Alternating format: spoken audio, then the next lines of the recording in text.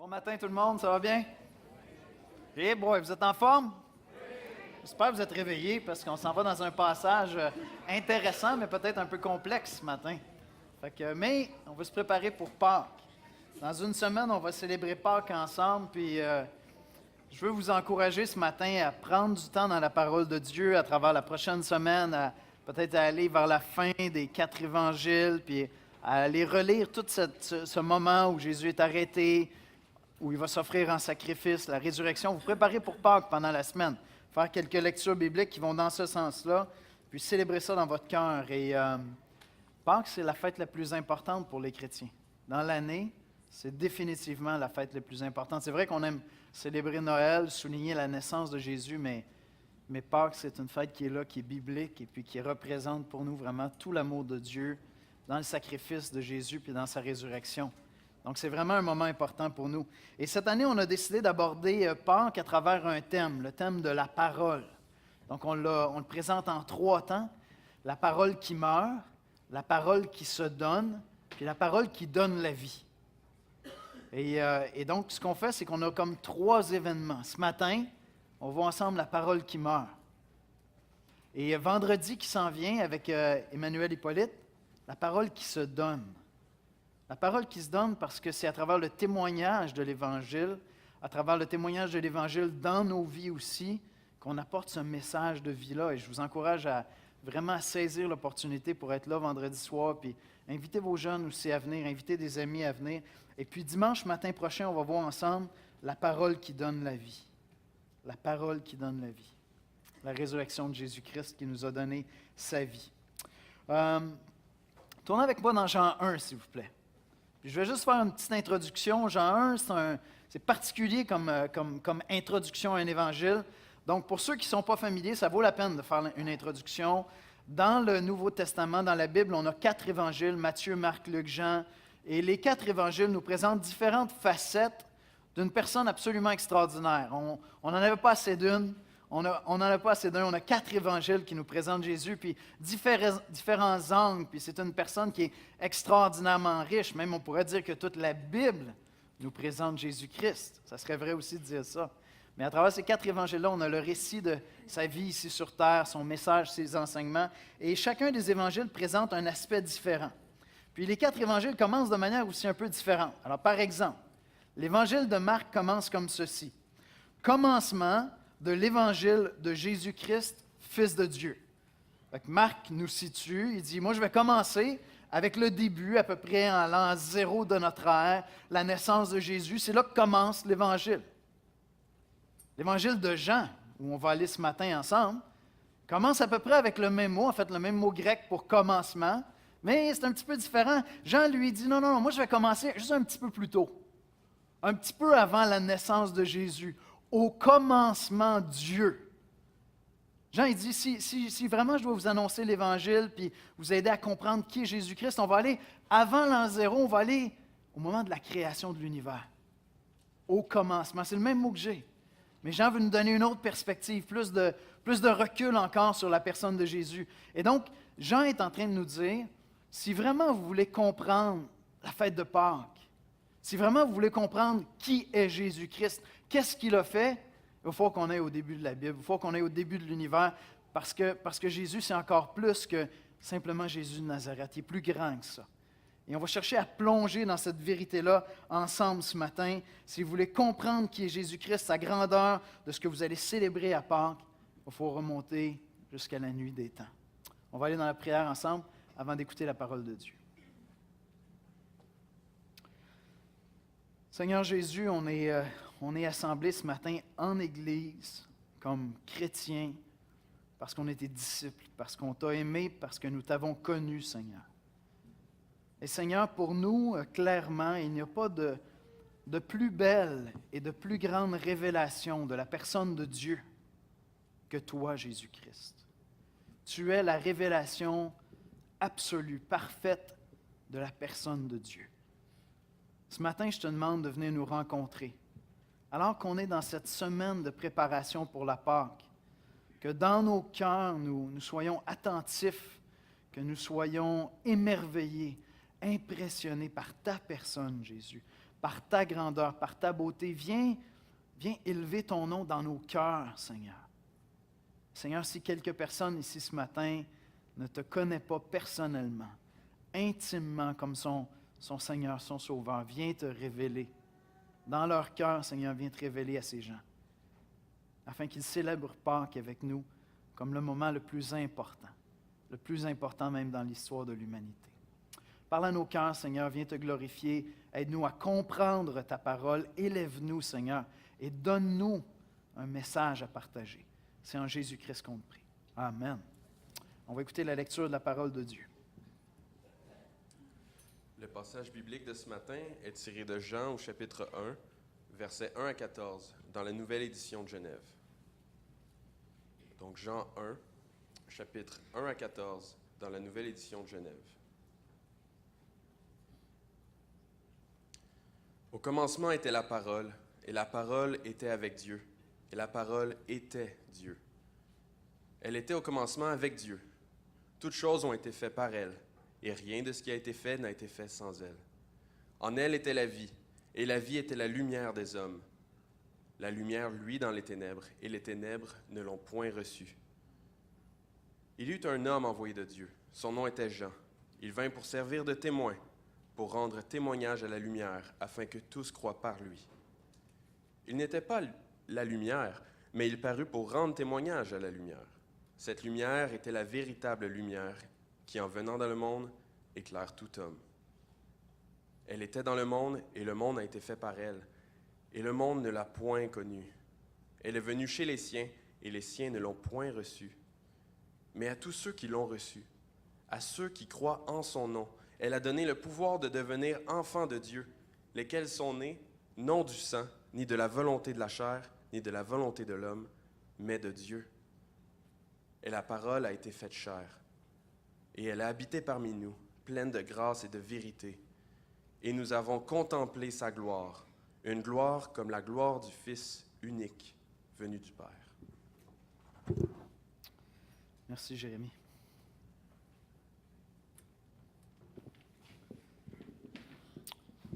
Alors, c'est un sujet qu'on a abordé déjà l'année dernière. On est allé dans Jean 1 déjà l'an passé, mais c'est un aspect de la personne de Jésus qui est présenté dans Jean 1, qui est tellement riche, tellement beau, que ça vaut la peine qu'on y retourne, puis qu'on essaie d'aller un petit peu plus loin dans notre compréhension de ce passage-là.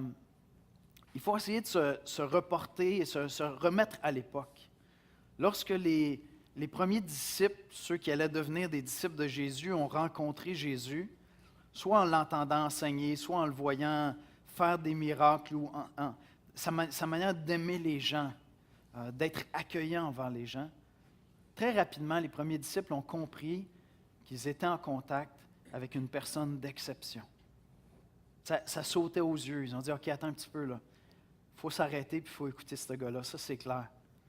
Puis en fait, en lisant les évangiles, puis en voyant comment Jésus enseignait, puis en voyant ce que Jésus faisait, je me dis, tout le monde qui entrait en contact avec Jésus de près ou de loin devait très rapidement avoir cette conviction-là que c'est un homme exceptionnel.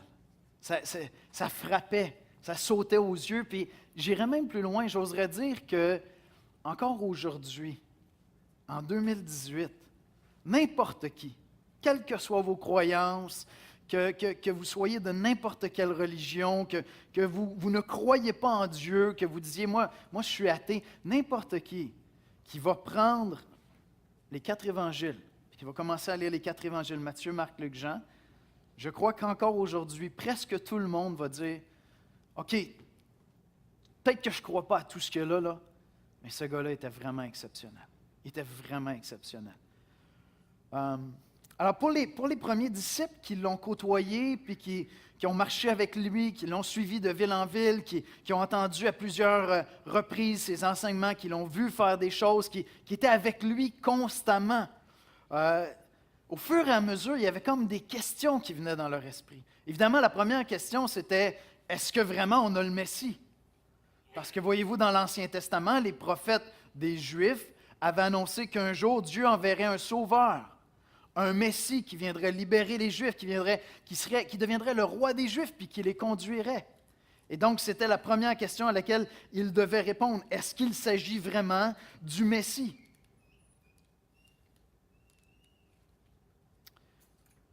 Mais plus les disciples écoutaient, plus ils le voyaient faire des miracles. Lorsqu'ils ont assisté à son arrestation, sa crucifixion, le fait qu'il ne se soit pas défendu, qu'il n'ait pas essayé de soulever une armée, qu'il ait accepté ça en remettant son âme à Dieu, le fait qu'il soit ressuscité d'entre les morts, apparu à plus de 500 personnes, les disciples, à un certain moment donné, ceux qui ont été témoins de ces choses-là, plusieurs d'entre eux vont mourir martyrs pour défendre ces choses-là qu'ils ont vues, dont ils ont été témoins. À un certain moment donné, pour les disciples, Jésus est devenu une énigme. OK, c'est le Messie. Oui, c'est le Sauveur, mais c'est plus que ça. Il y a quelque chose qui ne fonctionne pas. À un certain moment, il y avait comme plus de catégories pour Jésus. Il n'y a plus comme de qualificatif où tu peux faire cadrer ce personnage-là. On n'avait pas attendu un Messie aussi grand que ça. Les disciples se disaient, ils enseignent avec une autorité qui dépasse n'importe quelle autorité qu'on a entendue, même celle des prophètes, celle des enseignants de la Bible. Il nous fait voir Dieu comme on ne l'a jamais vu. Il l'ouvre. Tout ce qu'il nous enseigne est conforme avec l'Ancien Testament, mais en même temps, il y a comme une facette de la personne de Dieu qu'on n'avait jamais compris. Il nous ouvre des nouvelles fenêtres sur la personne de Dieu carrément. C'est comme s'il y a une fraîche révélation qui nous vient, tout en étant conforme à tout ce qu'il y avait dans l'Ancien Testament.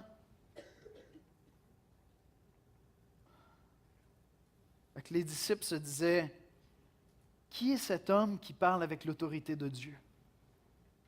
Qui fait des miracles comme Dieu seul peut les faire, qui donne sa vie en sacrifice sur la croix et qui accepte d'être traité comme un misérable criminel. Alors que nous, on l'a côtoyé, il était pur, cet homme-là, il était bon, il était accueillant, il était aimable. Il y avait toujours le mot juste. Il accueillait les démunis, les marginaux, les gens rejetés par la société. Puis lorsqu'il nous parlait de Dieu, c'est comme s'il avait toujours été branché avec Dieu. Il y avait comme une intimité lorsqu'il nous parlait de Dieu qu'on n'a jamais vu chez aucun prophète de l'Ancien Testament, même chez Moïse. On n'a jamais vu cette intimité-là. C'est comme si ce Jésus-là avait toujours été en communion avec Dieu. Les premiers disciples, en mettant les pièces du puzzle ensemble, inspirés par l'Esprit Saint, c'est ça que nous croyons les chrétiens, c'est que Dieu est venu inspirer les apôtres dans une compréhension de choses qu'ils ne pouvaient pas saisir avant la résurrection de Jésus, par exemple. Et donc, progressivement, inspirés par l'Esprit Saint, ils ont commencé à mettre les pièces du puzzle ensemble et commencé à saisir la grandeur de la personne de Jésus-Christ. Et commencer à comprendre qu'avant Jésus de Nazareth, le Fils de Dieu existait déjà. En fait, avant tout, le Fils de Dieu existait déjà. Il était auprès de Dieu.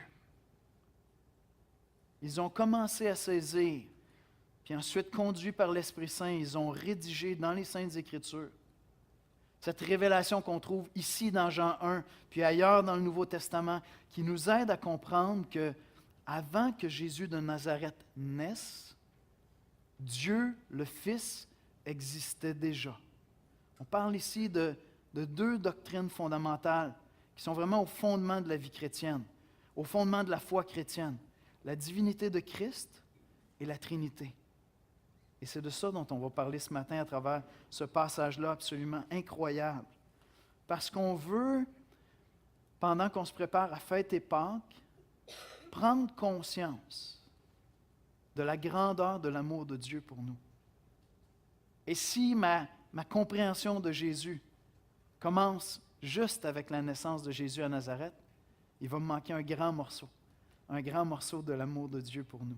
Ce matin, on va voir ensemble que quand les premiers chrétiens ont compris qui était Jésus-Christ, Ils ont compris la grandeur de son sacrifice et la grandeur de l'amour de Dieu. Tournez avec moi dans Jean 1 si vous n'y êtes pas déjà. Jean 1, 1.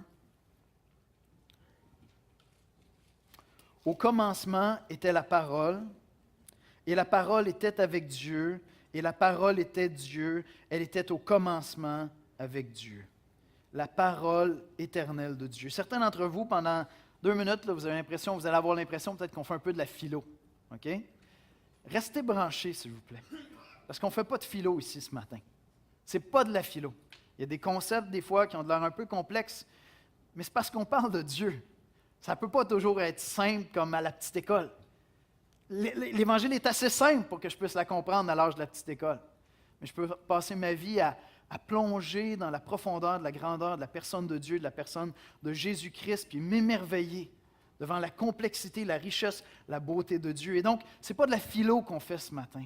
Si ces choses-là vous apparaissent complexes, restez branchés parce que vous voulez admirer, adorer, célébrer la grandeur de Jésus-Christ. Jean nous dit qu'au commencement du monde, au commencement de l'univers, il y avait Dieu et sa parole. Alors, il y avait Dieu qui était là avant que le monde existe. Ça, c'est assez logique, c'est assez simple à suivre. Si Dieu est le même Dieu qu'on a dans la Bible, Dieu est là avant que le monde existe, Dieu préexiste, puis il crée l'univers. Il est là avant, puis il crée toutes choses. Jusque-là, c'est assez simple à suivre. It makes sense, ça va bien.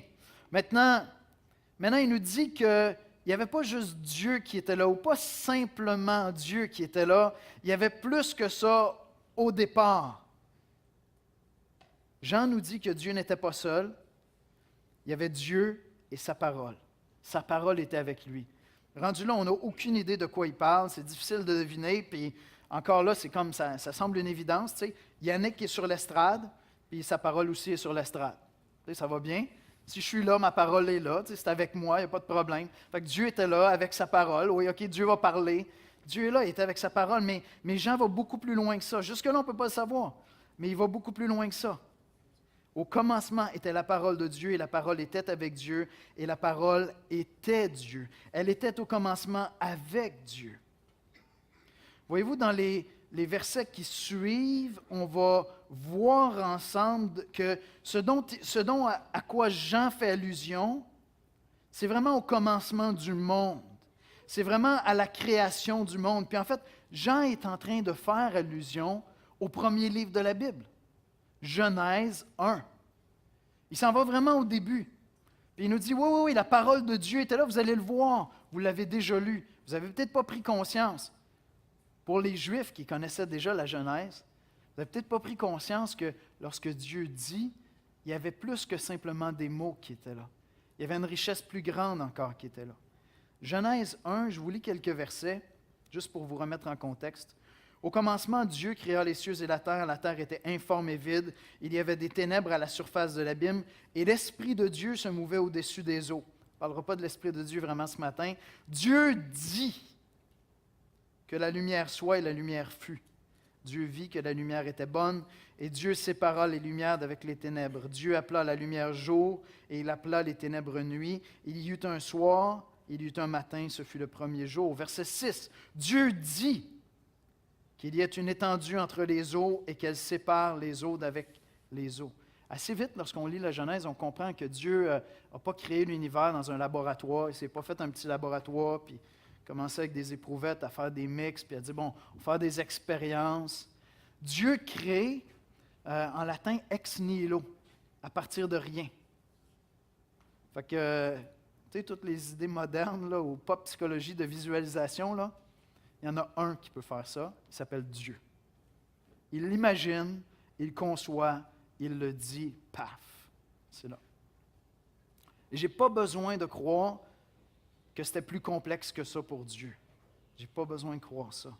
Dieu dit qu'il y ait un étendue entre les eaux et qu'elle sépare les eaux d'avec les eaux. Dieu dit que les eaux qui sont au-dessus du ciel se rassemblent en un seul lieu et que le sec apparaisse.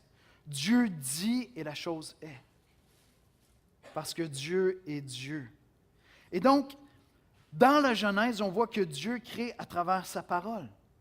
C'est en disant que la chose apparaît. Dieu veut que la chose soit, puis elle apparaît, elle est là. Bien, Jean nous révèle dans Jean 1 que ce n'était pas simplement des mots qui sortaient de la pensée de Dieu.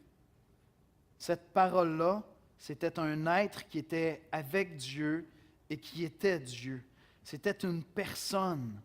Jean est en train de nous introduire, comme je le disais tantôt, à des doctrines, des fondements de la foi chrétienne. À cette idée que Dieu est plus complexe qu'une seule personne. Il est plus riche que ça encore. Il y a sa parole qui est avec lui, qui est Dieu, mais qui est avec Dieu. Et plus on avance dans le passage, jusqu'à ce qu'on arrive au verset 14, on comprend progressivement que cette parole est une personne. Puis lorsqu'on arrive au verset 14, on comprend que cette personne s'est incarnée. Elle est devenue humaine. Mais donc, elle existait avant, elle était avec Dieu au commencement, à la création du monde, puis elle a pris forme humaine. Cette personne-là, c'est Jésus-Christ lorsqu'il devient homme. Jean est en train de nous initier à la doctrine de la divinité de Christ. Il existait avant de naître comme un simple homme. Jésus n'était pas là au commencement du monde, comme homme, mais Dieu le Fils, avant qu'il s'incarne, était là au commencement du monde.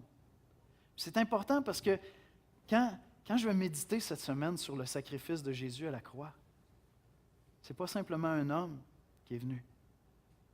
C'est celui qui a présidé à la création de l'univers, qui est venu s'incarner, se faire homme, pour s'offrir en sacrifice. C'est le plus beau des sacrifices, c'est le Créateur qui est venu. C'est celui qui crée, qui vient et qui s'offre en sacrifice. Christ est Dieu et il existait avant de naître comme un simple homme. Avant d'être Jésus de Nazareth, il existe déjà. C'est pour ça que dans Jean 8, verset 58, Jésus va dire ceci. En parlant d'Abraham, qui est le père des Juifs, qui est comme bien avant Jésus de Nazareth, tu as Abraham, très longtemps avant, très, très, très longtemps. Puis en même temps, Jésus dit dans Jean 8, 58, Jésus leur dit, en vérité, je vous le dis, avant qu'Abraham fût, je suis. Avant qu'Abraham fût, je suis. Je suis tout le temps. Je suis à l'extérieur du temps. Je suis avant le commencement du monde. Je suis. J'existe. Non pas j'étais. Je suis. Comme Dieu s'est présenté à Moïse, je suis. Et donc, Dieu le Fils existe de tout temps. Et c'est lui qui est venu sur la terre. Quel être extraordinaire. Puis on a ainsi une introduction aussi à la doctrine de la Trinité. Parce que cette parole est avec Dieu, mais elle est Dieu aussi. Et donc Jean est en train de nous initier à cette idée que Dieu est plus complexe qu'une simple personne et qu'il y a plus d'une personne dans la personne de Dieu. Puis je comprends que c'est mystérieux, puis je ne peux pas l'expliquer vraiment. Je peux le constater et je peux adorer mon Dieu pour ça. Je peux adorer Dieu pour sa richesse, sa complexité, sa beauté. Mais je vais vous donner quand même une illustration qui peut peut-être aider un petit peu. Il n'y a pas de bonne illustration, c'est-à-dire parfaite pour illustrer la Trinité. Okay? Ça n'existe pas. Il y a toujours un défaut dans l'illustration. Fait que vous allez trouver des défauts dans mon illustration. Mais suivez-moi, c'est quand même intéressant. Je pense que ça aide à comprendre certaines choses. Si vous avez un couple, un homme et une femme qui sont mariés puis qui sont relativement unis, pas parfaits, là, mais relativement unis, puis ils ont des jeunes enfants. C'est bien tannant des parents qui sont unis quand tu as des jeunes enfants. La Bible nous dit que lorsqu'un homme et une femme se marient, ils deviennent une seule chair. Puis s'il y a quelqu'un qui comprend ça intuitivement, c'est un petit enfant, lorsque les parents sont unis, là, intuitivement. Il comprend que papa et maman, ce n'est pas la même personne. Si je veux me chamailler, puis tu habitais dans ma maison, je m'en vais voir papa. Puis si j'ai le goût de me faire consoler, je m'en vais voir maman. Vous m'excuserez les clichés, là, mais c'était comme ça chez nous, d'accord? Fait que si je veux me battre un peu, là, puis j'ai le goût de souffrir un peu, puis de me fâcher, là, je vais aller voir papa, puis on va s'amuser à fond, là, jusqu'à temps qu'il me fasse pleurer tellement qu'on s'est chamaillé. Après ça, je vais aller voir maman pour qu'elle me console, puisque papa il va dire « Ah ouais, deux personnes, très différentes. » Mais quand c'est le temps d'être tannant, par exemple, J'ai beau aller voir papa, j'ai beau aller voir maman, c'est toujours la même réponse qui rentre. C'est les parents. C'est les parents. Puis c'est drôle parce que ça me frappait avant avec les jeunes enfants. Maintenant, nos enfants sont beaucoup plus vieux, sont adultes. Puis tu sais, tu vas te dire, ben non, ça va partir avec le temps. Et pourtant non. Pourtant non. Ça me frappe des fois, je jase avec ma fille en particulier, mais avec mon fils aussi. Puis papa, maman, on est très différents. On a des personnalités, Esther et moi, là, tellement différentes. C'est complètement fou. Avec des richesses qui sont différentes. Mais de temps en temps, j'entends mes enfants dire, vous les parents, là. Puis je sais ce qu'ils sont en train de dire. On sait ce que vous pensez. Vous avez la même pensée tous les deux. C'est intéressant, hein? Fait que, il y a comme quelque chose dans l'expérience de nos enfants qui nous aide à saisir un peu de ce mystère-là, de l'union entre un homme et une femme. Ça fait 25 ans qu'on est mariés ensemble. Il y a une communion, une intimité qui fait qu'on est encore deux personnes, mais il y a comme une espèce d'entité spéciale qui est là, puis nos enfants le saisissent même intuitivement. Je comprends que mon illustration est imparfaite, mais Dieu le Père, Dieu le Fils, une seule et même pensée, une seule et même révélation. Deux personnes, un seul Dieu. L'Esprit Saint, un seul Dieu. Le Père, le Fils, le Saint-Esprit. Je ne peux pas vous le rendre plus clair que ça. Mais en même temps, il y a quelque chose de tellement beau, de tellement majestueux dans cette sainte communion-là, et j'ai besoin d'apprécier ça pour voir tout l'amour du Père qui envoie son Fils, puis pour voir tout l'amour du Fils qui vient se donner, puis ce qui va se passer entre le Père et le Fils lorsque Christ va s'écrier « Mon Dieu, pourquoi m'as-tu abandonné? » Jamais il y avait eu une fracture comme ça dans cette communion-là, jamais, jamais. Parce qu'il s'est passé quelque chose à ce moment-là d'absolument extraordinaire. Maintenant, Jean nous dit que c'est par cette parole qui était auprès du Père que Dieu va créer, que Dieu donne la vie. Regardez les versets 3 et 4. Toutes choses ont été faites par elle, la parole, et rien de ce qui a été fait n'a été fait sans elle. En elle était la vie, et la vie était la lumière des hommes. C'est par la parole, qui est comme la deuxième personne de la Trinité, que Dieu a tout créé. C'est par Dieu le Fils que Dieu a tout créé. Il a décidé que ça allait être l'expression et que la vie allait venir de la parole. Genèse 1:20, Dieu dit que les eaux produisent en abondance des animaux vivants. La vie a émané de Dieu le Fils, de la parole. Il y avait la vie en lui. Il portait la vie en lui et il donnait la vie. On lit dans le psaume 33, verset 6. « Les cieux ont été faits par la parole de l'Éternel, et toutes leurs armées parlant des étoiles par le souffle de sa bouche. » Mais quand je comprends qui est Dieu le Fils, et que je lis ce psaume-là, je m'en vais ailleurs dans mon adoration. Ce n'est pas simplement que j'adore Dieu le Créateur. Je suis en train de rentrer à quelque part dans la Sainte Trinité, puis dans le rôle de chacune des personnes de la Trinité, puis je m'émerveille devant la personne de Jésus-Christ. Il n'y a pas beaucoup de surprises quand tu saisis ça, puis que tu lis après les Évangiles, puis tu regardes comment la parole de Dieu sortait de sa bouche, puis comment il comprenait la parole de Dieu, puis comment il expliquait la parole de Dieu. Il est la parole de Dieu. Tout ce qu'il venait faire, c'est expliciter sa propre pensée. C'est ça qu'il venait faire lorsqu'il s'en venait nous donner un éclairage nouveau sur des choses qu'il avait déjà dites, puisqu'il est la parole de Dieu. Puisqu'il est la parole de Dieu. Et puis cette parole-là est la parole qui donne non seulement la vie, qui crée la vie dans Genèse, la vie vivante, les animaux, les êtres humains, les fleurs, mais qui donne aussi une vie spirituelle. Quand l'être humain a péché, tout l'univers est tombé sous une malédiction. Il y a un chaos qui s'est entraîné, qui est venu avec ça. Le chaos du péché est entré partout dans le monde. Et lorsque Dieu vient vers le peuple d'Israël dans l'Ancien Testament, puis qu'il commence à se faire connaître à eux, afin qu'eux connaissent Dieu et qu'eux fassent connaître Dieu par le témoignage qu'ils allaient être. La parole qu'il prononce, cette révélation qui vient de Dieu sur qui il est lui, Qui nous sommes-nous?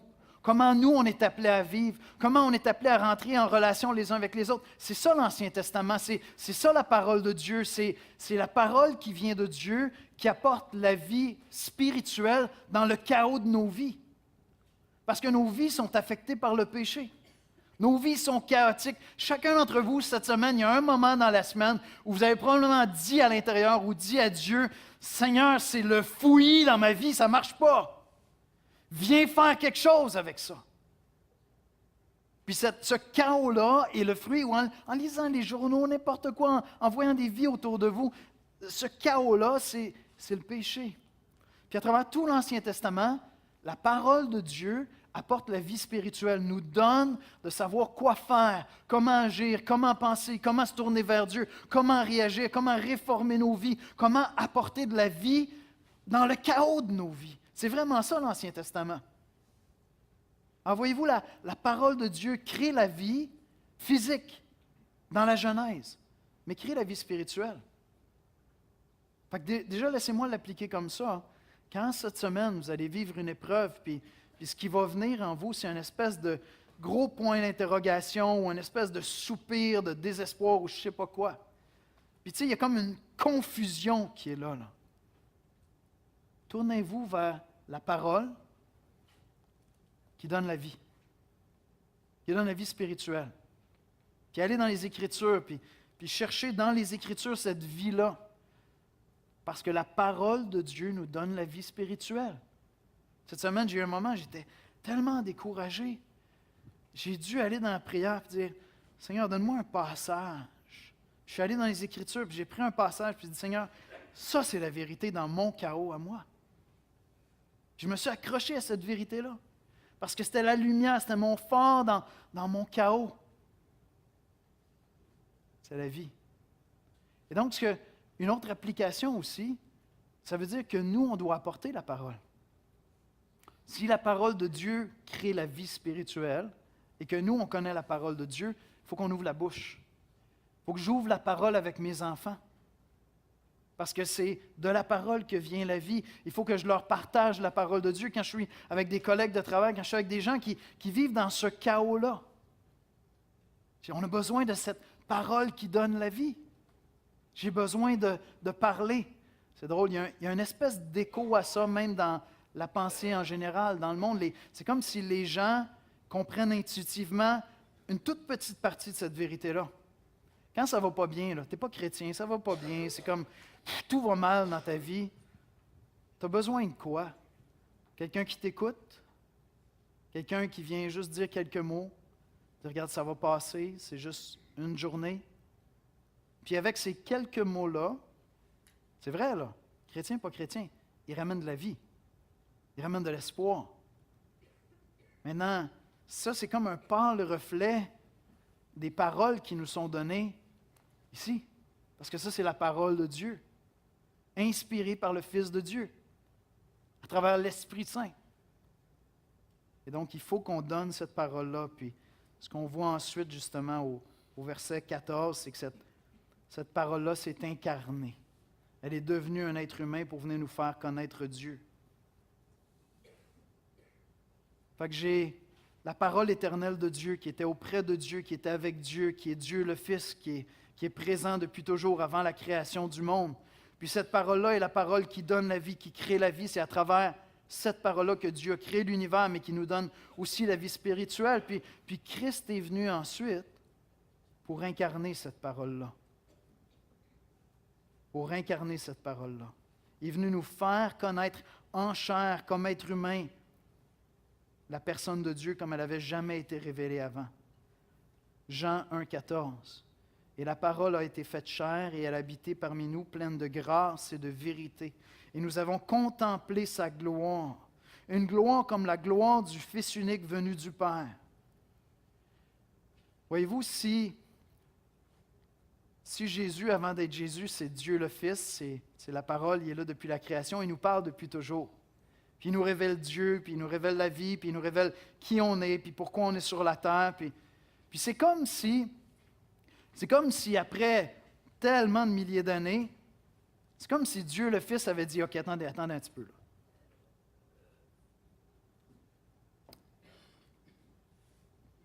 On va arrêter de parler, là. Regardez-moi, je vais le faire. Je vais arrêter de vous dire qui est Dieu, là. Je vais venir, puis faites juste me regarder. C'est comme si Dieu le Fils avait fait ça. Il s'est incarné, puis il est venu nous révéler concrètement, en devenant un homme, la personne de Dieu comme on n'avait jamais pu le comprendre avant. Avant, c'est comme s'il nous disait Dieu est comme ci, Dieu est comme ça, puis Dieu intervenait, mais était toujours invisible. C'est un peu comme lorsque je suis en train d'éduquer quelqu'un, d'enseigner quelqu'un, mes enfants, je suis en train de montrer, enseigner un métier à quelqu'un, puis on a comme la portion théorique, on est assis en classe, puis à un certain moment, on se dit, OK, on va aller vers les stages pratiques, je vais te mettre avec quelqu'un d'expérience, là, puis regarde, fais juste, arrête, pose plus de questions, tu vas voir, tout va tomber en place, regarde-moi faire. C'est comme si Dieu avait fait ça. Il s'est incarné, et c'est ça qui était comme fantastique pour les gens qui étaient avec Jésus. C'est ça qui est extraordinaire lorsqu'on lit les évangiles. C'est que tu es là, puis là, tu le regardes vivre, tu le regardes agir, tu le regardes réagir, puis tu te dis, « Ah! C'est ça Dieu! C'est ça marcher selon Dieu, c'est ça aimer, ça va jusque-là, c'est cette mesure-là. » C'est ça qu'il voulait dire, dans le fond, dans l'Ancien Testament, quand il disait d'accueillir l'étranger, quand il disait d'aimer mon prochain, quand il disait de marcher dans la sainteté, de résister aux tentations. Ah, c'est ça qu'il voulait dire. Je le vois, là, c'est concret. Jésus-Christ est le summum de la révélation de la personne de Dieu. Apprendre à l'admirer, puis voir derrière l'humain qui a vécu sur la terre jusqu'à la croix, voir derrière l'humain la personne éternelle de Dieu le Fils. Puis voir après comment ça s'est incarné, puis me promener entre ces deux vérités-là, puis dire, OK, c'est pas juste que j'ai un homme qui est là, c'est que j'ai Dieu fait homme qui est là, puis je comprends qui est Dieu, comment il pense, comment il agit, puis j'apprends à le regarder. Et là aussi, il y a une application très, très concrète pour nous, très pratique. Quand tu lis la Bible et tu arrives dans les évangiles, c'est comme une portion magique de la Bible parce que tu vois Jésus, puis là, ça devient concret, tu sais, puis c'est chaleureux, puis wow, c'est génial. C'est vrai aussi pour vous et moi. Les gens qui sont autour de nous, on peut leur apporter la parole. Cette parole-là donne la vie. Je dois leur donner la parole de Dieu. Je dois vraiment leur donner les saintes Écritures, la parole de Dieu, leur faire connaître Jésus-Christ, leur expliquer qui il est. Mais il est très, très, très probable que mes enfants, que mon épouse, que les gens autour de moi vont aussi avoir besoin que j'incarne ça, que j'incarne ces principes-là, que je le fasse, qu'ils me voient les vivre, qu'ils me voient dans mes réactions avec eux. Parce que moi, j'ai eu besoin de le voir pour comprendre Dieu. Et d'une manière très réelle et très biblique, je suis appelé dans un sens à être Jésus pour les gens autour de moi, jusqu'à ce que je puisse les conduire directement à la personne de Christ. Mais ils vont voir les bonnes œuvres que je fais dans ma vie, et éventuellement, ils vont pouvoir glorifier mon Père qui est dans les cieux. Parce qu'en me regardant vivre, ils vont dire, « Ah, c'est ça être un chrétien. C'est ça un disciple de Christ. Je t'ai vu réagir l'autre fois, j'ai été comme, comment? Pourquoi il réagit comme ça? C'est tellement bon. Pourquoi il a accepté ça? Pourquoi il a réagi de cette manière-là? Pourquoi il fait ces choix-là? Pourquoi il fait ces sacrifices-là? Pourquoi il est encore là? Pourquoi il est encore là à m'aimer? Pourquoi il m'accueille encore? Pourquoi il est encore disponible? Pourquoi il marche comme ça? Pourquoi il est toujours en train de prier? Là, je comprends c'est quoi le christianisme. Là, je comprends qui est Dieu. Et ça ne sera pas suffisant, mon témoignage de vie. Le témoignage d'Emmanuel Hippolyte vendredi soir, ce ne sera pas suffisant. J'ai besoin d'apporter la parole de Dieu, le message de l'Évangile. Mais vos enfants, nos conjoints, nos amis, nos collègues de travail ont besoin aussi, comme on avait besoin que la parole de Dieu s'incarne, que nous, on incarne ce message-là avec intégrité, avec humilité. On n'est pas Jésus, tu sais, c'est la première affaire que tu dis. Hein? Moi, je ne suis pas Jésus, fait que regarde, mais sois gracieux, s'il te plaît. Tu sais, quand tu vois des bons coups, donne-les à Jésus. Quand tu vois des mauvais coups, dis-toi que c'est Yannick. Tu sais. Puis de temps en temps, viens me voir, je vais te présenter vraiment Jésus dans les Écritures, parce que autrement, tu vas être bien déçu de Jésus si tu penses que c'est juste Yannick. Tu sais. Puis c'est ça qu'on fait avec nos enfants. Hein? C'est ça qu'on fait lorsqu'on va demander pardon. Je demande pardon, j'ai été un mauvais témoignage. Tu sais. Mais si ça te tente de voir vraiment un bon témoignage, je vais Je vais te présenter un autre homme. Entremetteur, on est des entremetteurs, on présente Jésus-Christ, c'est ce qu'on fait.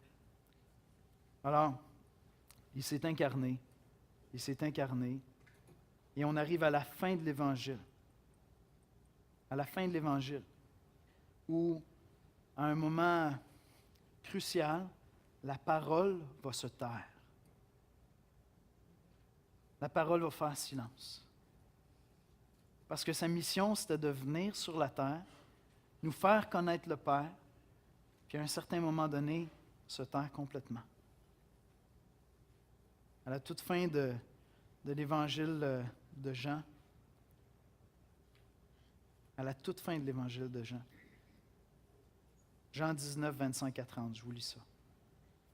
Près de la croix de Jésus se tenaient sa mère et la sœur de sa mère, Marie, femme de Clopas, et Marie de Magdala. Jésus, voyant sa mère auprès d'elle, le disciple qu'il aimait, dit à sa mère, « Femme, voilà ton fils. » Puis il dit au disciple, « Voilà ta mère. » Et dès ce moment, le disciple l'a pris chez lui. Après cela, Jésus, qui savait que tout était déjà consommé, était venu accomplir sa mission, dit, afin que l'Écriture soit accomplie, « J'ai soif. » Il y avait là un vase plein de vinaigre. Les soldats en remplirent une éponge et l'ayant fixée à une branche d'hysope, ils l'approchèrent de sa bouche. Quand Jésus eut pris le vinaigre, il dit, « Tout est accompli. » Et baissant la tête, il rendit l'esprit. Tout est accompli. La parole de Dieu s'est tue. Et à ce moment-là, lorsque la parole de Dieu s'est tue, lorsque Jésus-Christ a fait silence, le plus beau moment qui pouvait nous révéler l'amour de Dieu pour nous, le sacrifice de Jésus sur la croix est accompli. Et l'histoire ne s'arrête pas là. Il va ressusciter d'entre les morts, on va célébrer ça dimanche prochain. Mais comprenez-vous que ce n'est pas juste Jésus de Nazareth qui s'est tué. C'est la parole de Dieu, c'est Dieu le Fils qui a fait silence à ce moment-là, parce qu'il était venu accomplir le cœur de sa mission. Il était venu nous faire connaître le Père comme personne ne pourrait le connaître, et il était venu nous acquérir la possibilité d'être pardonnés de nos péchés par son sacrifice à la croix. C'est le moment où la parole de Dieu meurt, avant de renaître et de ressusciter d'entre les morts. Cette semaine, je veux vous inviter à prendre le temps de lire puis de relire ce passage-là dans Jean 1, 1 à 14. Allez lire la fin de l'Évangile de Jean. Allez lire la fin des 3 autres évangiles. Méditez la parole de Dieu en réalisant que ce n'est pas juste Jésus de Nazareth qui est venu. Et si ce matin tu comprends que ce n'est pas juste un homme qui a des principes à nous enseigner, il était plus qu'un homme. Ou si tu te poses des questions, va lire les évangiles. Va lire les évangiles. Voyez-vous, les premiers disciples, après avoir côtoyé Jésus autant, manquaient de catégorie pour dire, mais il est qui ce gars-là? Il est trop extraordinaire. Puis l'Esprit leur a révélé. Il était plus qu'un homme. C'est la Sainte Trinité qui apparaît ici. C'est la divinité de Christ qui apparaît ici. Il était au commencement du monde. Et ils ont compris qui il était. Et parce qu'ils ont compris qui il était, ils ont pu saisir la grandeur et la beauté de l'amour de Dieu pour nous. La grandeur de son sacrifice. Ce n'est pas un simple homme qui meurt à la croix. Il meurt dans son humanité, mais il vient s'offrir en sacrifice pour nos péchés. Écoutez, cette semaine, c'est la fête la plus importante pour les chrétiens. On fête la Pâque ensemble. C'est le moment d'ouvrir la bouche, de parler de Jésus. C'est le moment pour les Québécois qui ont perdu beaucoup leurs racines judéo-chrétiennes de dire, écoute, sais-tu c'est quoi Pâques? Ça te tente-tu de savoir c'est quoi? Viens vendredi soir, viens écouter Emmanuel Hippolyte. Emmanuel, c'est un slammer. C'est simple ce qu'il fait, c'est de la poésie qui est mise sur musique, mais on a demandé à Emmanuel, puis je veux parler encore avec lui cette semaine, puis on lui a demandé de venir nous raconter son histoire. Parce que cette parole qui donne la vie, c'est une parole qu'on doit donner aussi. Christ donne sa vie sur la croix, mais on doit donner la parole pour qu'il nous apporte la vie éternelle. Il faut partager l'Évangile. Et vous avez des amis, vous avez des gens dans votre famille qui ont besoin d'entendre un témoignage. Le le témoignage d'une vie qui a reçu la parole de Dieu dans sa vie, qui a compris comment on faisait pour naître de nouveau. Invitez-les vendredi soir à venir l'écouter. Invitez-les à venir dimanche matin prochain pour célébrer avec nous Pâques la résurrection de Jésus-Christ. On va aller dans un mot de prière, puis on va regarder encore une fois le vidéo de présentation d'Emmanuel, puis vous avez des cartons d'invitation. Invitez des amis, s'il vous plaît. Puis cette semaine, allons ensemble méditer dans les Écritures le sacrifice de Jésus à la croix pour nous. Amen. On va prier ensemble. Seigneur Jésus, on veut te célébrer, on veut t'adorer, on veut élever ton saint nom. Seigneur, c'est la fête de la Pâque qu'on va souligner, puis c'est un moment vraiment majestueux parce que tu es un être extraordinaire, Seigneur. Tu n'étais pas simplement un modèle, un homme sage, tu es Dieu le Fils qui a quitté la gloire de son Père, toi qui as présidé à la création de l'univers, toi par qui Dieu a tout créé.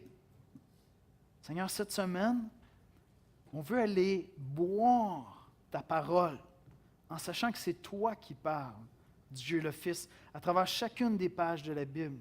C'est toi qui nous fais connaître Dieu. On veut aller voir comment tu l'as incarné concrètement, Seigneur. On va aller méditer sur ton sacrifice à la croix pour nous, Seigneur.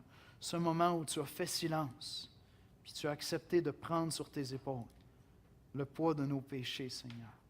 Père, je te prie pour cette soirée qu'on va avoir vendredi soir. Seigneur, amène des gens qui ont besoin d'entendre ce message. Amène des gens qui ont besoin d'entendre parler de l'Évangile. Amène des gens qui ont besoin de l'entendre à travers un témoignage de vie transformé par Jésus-Christ, Seigneur. Donne-nous d'ouvrir la bouche pour parler de toi. Donne-nous, Seigneur, d'incarner la parole de Dieu pour nos enfants, pour les gens autour de nous. Seigneur, on veut t'adorer, te célébrer ensemble ce matin. C'est en Jésus qu'on prie. Amen.